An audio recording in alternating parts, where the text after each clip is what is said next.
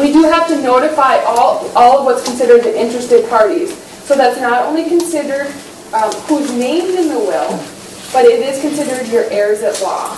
So that would be your spouse and your kids. And if there's no spouse and kids, then we're looking at grandparents on down. So it might be aunt, uncles, cousins, depending how far we have to go. And if one of those are deceased, then we have to keep going until we find the end of that line. So typically it's pretty straightforward. Typically we're dealing with children, and if there's a deceased child, then their children or grandchildren. Typically it's straightforward, but a lot of people, I can get some pushback on that sometimes. So-and-so hasn't heard from him in 30 years, why do I have to notify him? Unfortunately, that's what the law requires. So. We also publish in the paper to give notification to the creditors in case there's someone who has a claim against the estate, mostly that we don't know about, so they can come and say, hey, don't forget about me, I need to get paid my bill. But typically, we know what the bills are going to be. Question. Yeah. If you run into a deceased, you have to have proof of death? I haven't had to prove that, no. We have to make a note of it, kind of do a family tree on the front of the application. So I'll note the date of death so that the court knows that they passed away prior to death. But I haven't ever had to provide a death certificate or anything, no. Usually it's the family and they know, obviously. So it's just to make sure the court knows. We can follow that family tree and satisfied that we've noticed everybody. You have to swear on these applications that you named everybody. So really it puts me and the personal representative in the hot seat. We're responsible for that and telling the court this is the best we can do. So, yeah. What if a person has died without having made a will?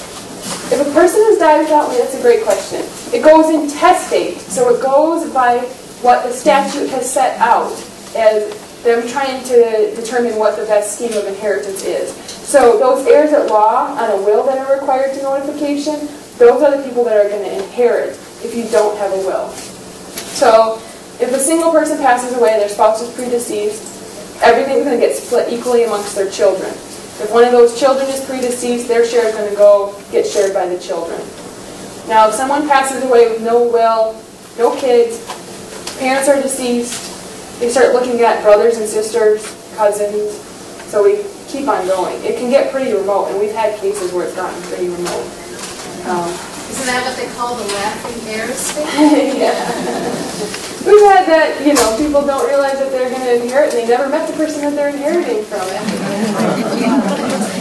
It's pretty rare, though. I mean, when we get people in who don't have any children, they're not close with their nieces and nephews, those people are really coming in to do their estate plans pretty frequently. I mean, and they're making sure, they usually have some charities that they want to leave it to, or close friends, or people who are like family. So they're pretty cognizant of getting their estate plans taken care of. So it's not as really common that you have that situation. To carry that one step further, no will again. Yep. How about the personal representative? Who becomes the personal representative? There is a priority of appointment in the statute that lays that out. So that's basically going to be the heirs. Otherwise, it's related to the person that receives the inheritance? Yep. Otherwise, there's a list. After 30 or 60 days, a creditor can apply to be personal representative. So if you need a bill that needs to be paid, they can apply to be personal representative. Otherwise, typically, we've had fiduciaries. So a lot of times that I've seen in those cases, we've had a power of attorney or a guardian, a court-appointed guardian or conservator, who we then apply to be the personal representative. So we just had one of that in a very large case, actually.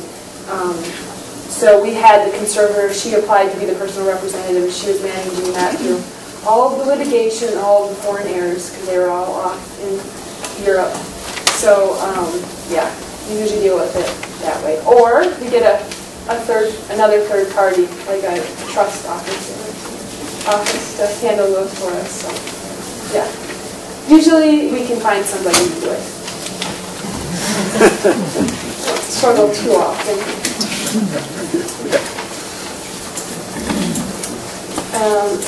Other things about probate. The assets in a probate are public information, so anybody can go to the courthouse and look at a probate file on somebody. We pull them frequently, like the airship stuff. I just pulled an old one the other day because we didn't know who somebody's children were. So we pulled their probate file and got their children's names. That is public. Anybody can go and see like the final account, the inventory, and have an idea of what was there. Yes?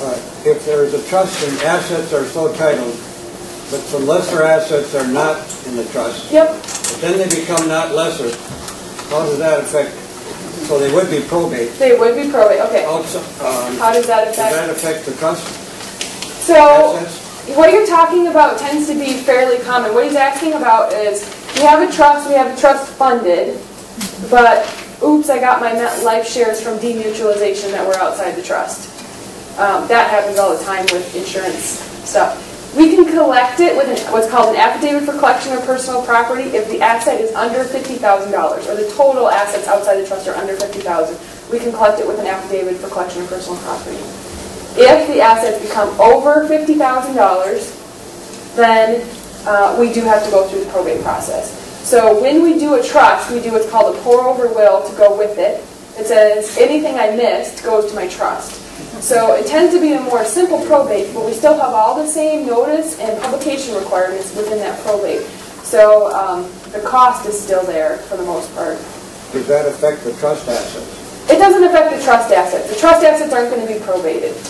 They're going to ask on the application what the non-probate assets are. We have to give the general idea of the court what the value of those assets are, but we don't have to itemize them. They're not subject to court supervision under the probate. So that's not going to affect your trust.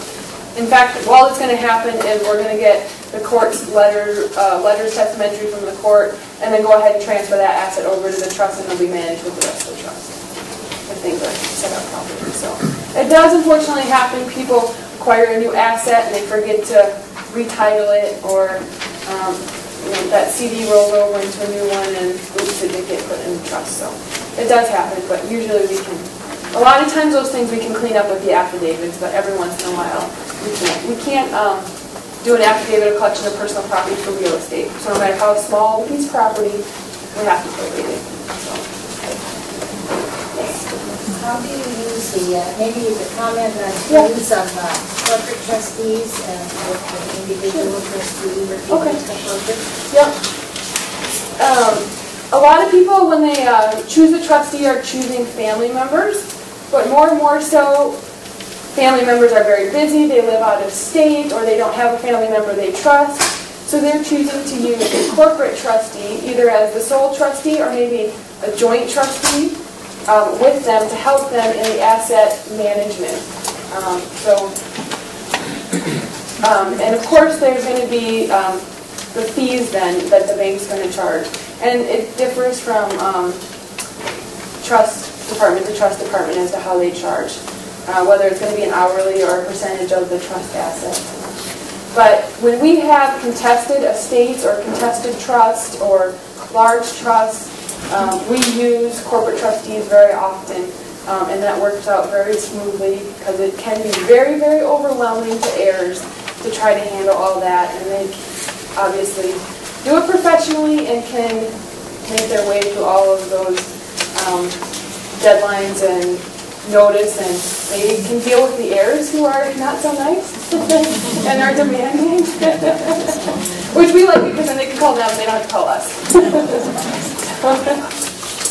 So yeah, we do, if it wasn't for corporate trustees, some of these things probably would never get resolved.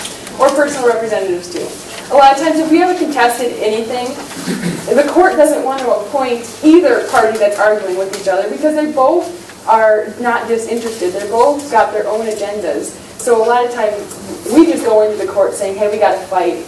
We want to have a corporate trustee appointed to handle this because neither one of these two are going to work together. So, and sometimes it's more than two. You've used the term court many times. What does that really mean? Court?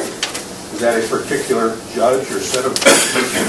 What is court? What does court mean? In Olmsted County, we are just dealing with the district court. Probate court is held Wednesday mornings at 9 a.m. And the judges rotate in that. So they all handle probate court. So it could be any of the judges who are seated in Olmsted County, or it can be, Olmsted County has a lot of retired judge time now that they just got allocated in order to try to catch up because they're so far behind. So this past Wednesday in court, I had a retired judge from Rice County. They did things a lot different over in Rice County than we do in Olmsted County, so we all in court on Wednesday had a lot of questions we weren't all that ready for. They were not, well, they did things differently. So, so when I say court, I'm just referring to, usually we're in Olmsted County Court dealing with the judges over there. Also, too, in an informal probate, a lot of times we're not dealing even with the judges. We're dealing with a probate registrar, who is not a judge, but she is appointed to handle a lot of these matters and sign off on them without the judges being involved. So. I think the reason for going to court is usually because it requires a court order in an official statement, so that you can proceed. Yep. So we're going to court when we have one of those contested matters or a question on the heirs, or to make sure that we have the judge sign off on it and we have a court order to move forward.